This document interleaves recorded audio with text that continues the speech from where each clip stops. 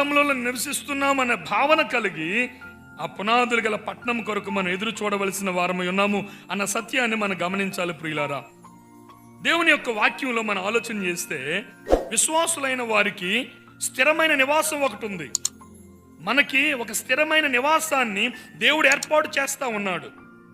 ఇప్పుడు వినండి, మీరందరూ గుడారాల్లో ఉంటున్నారు కదా, మీకు ఒక ఇల్లుందా లేదా? ఇల్లుందా లేదా మీకు? అది ఇందిరమ్మ ఇల్లా, ఎన్టీఆర్ ఇల్లా, వైఎస్ఆర్ ఇల్లా, జగన్ ఇల్లా నాకు తెలియదు, కానీ ఏదో మీ సొంత ఇల్లేనా ఉందా లేదా మీకు? మనందరికీ ఒక ఇల్లు ఉంది. కానీ ఇక్కడ మనం ఎలా ఉన్నాం? పరదేశులుగా, పరవాసిగా గుడారాల్లో నివసిస్తా ఉన్నాము కదా, గుడారములో మనం ఉన్నాం. ఇలాగనే ఈ లోకములో మనం జీవిస్తున్న మనకు స్థిరమైన నివాసం ఒకటి ఉన్నది. ఈ రోజుకి మీకు అనిపించకపోవచ్చు కానీ ఆదివారానికల్లా మీ మనసులో ఒక ఆశ కలుగుద్ది. ఏంటని? శనివారానికల్లా ఒక ఆశ కలుగుద్ది. ఏమని? ఎంత తొందరగా ఇంటికి వెళ్ళిపోతానా అని ఎదురు చూస్తాం. ఇంకా అవ్వలేదా, వెళ్ళిపోతాం. స్థిరమైన నివాసము కొరకు ఎదురు చూస్తా ఉన్నారు. ప్రియమైన సహోదరి సహోదరులారా, మన కొరకు ఒక నివాసం ఏర్పాటు చేయబడి ఉన్నది.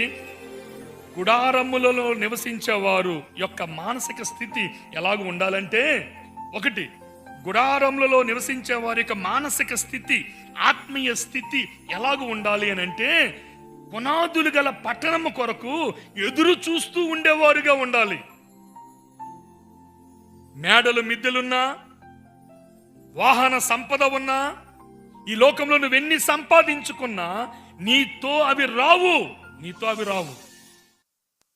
ఒక రోజున నీ ఒంటిగా నీ ప్రభు దగ్గరికి నువ్వు వెళ్ళవలసిన స్థితిలో ఉన్నాము. నువ్వు ఆలోచన చేసావా విషయం ఎప్పుడైనా? విశ్వాసి, నీవు స్థిరమైన నివాసము కొరకు ఎదురు చూడాలి. యోహాను సువార్త 14వ అధ్యాయము 3వ వచనంలో మనకు తెలుసు, ఆయన నిర్మిస్తా ఉన్నాడు. ఆయన మన కొరకు స్థిరమైన నివాసాన్ని ఆయన ఏర్పాటు చేస్తా ఉన్నాడు అన్న విషయాన్ని మనం ఆలోచన చేస్తూ ఉన్నాం. నేను వెళ్ళి, 2వ వచనం, నా తండ్రి ఇంట అనేక నివాసములు కలవు. యోహాను సువార్త 14:2, నా తండ్రి ఇంట అనేక నివాసములు కలవు, లేని ఎడల మీతో చెప్పుదును, మీకు స్థలము సిద్ధపరచ వెళ్ళుచున్నాను. ఆయన స్థలాన్ని సిద్ధపరుస్తున్నాడు. గుడారములలో ఉన్న నీకు, మీ ఊరిలో ఎలాగూ నీకు ఇల్లు ఉందో, ఈ గుడార జీవితములో, ఈ ఆశ్రమ జీవితములో, ఈ యాత్రా జీవితంలో ప్రయాణిస్తున్న నీకు, సహోదరి సహోదరుడా, యేసుక్రీస్తు ప్రభువారు ఒక నివాసాన్ని ఏర్పాటు చేస్తా ఉన్నారు. కాబట్టి యాత్రా జీవితంలో ఉన్న నీవు నేను ఒక స్పృహ కలిగి ఉండాలి.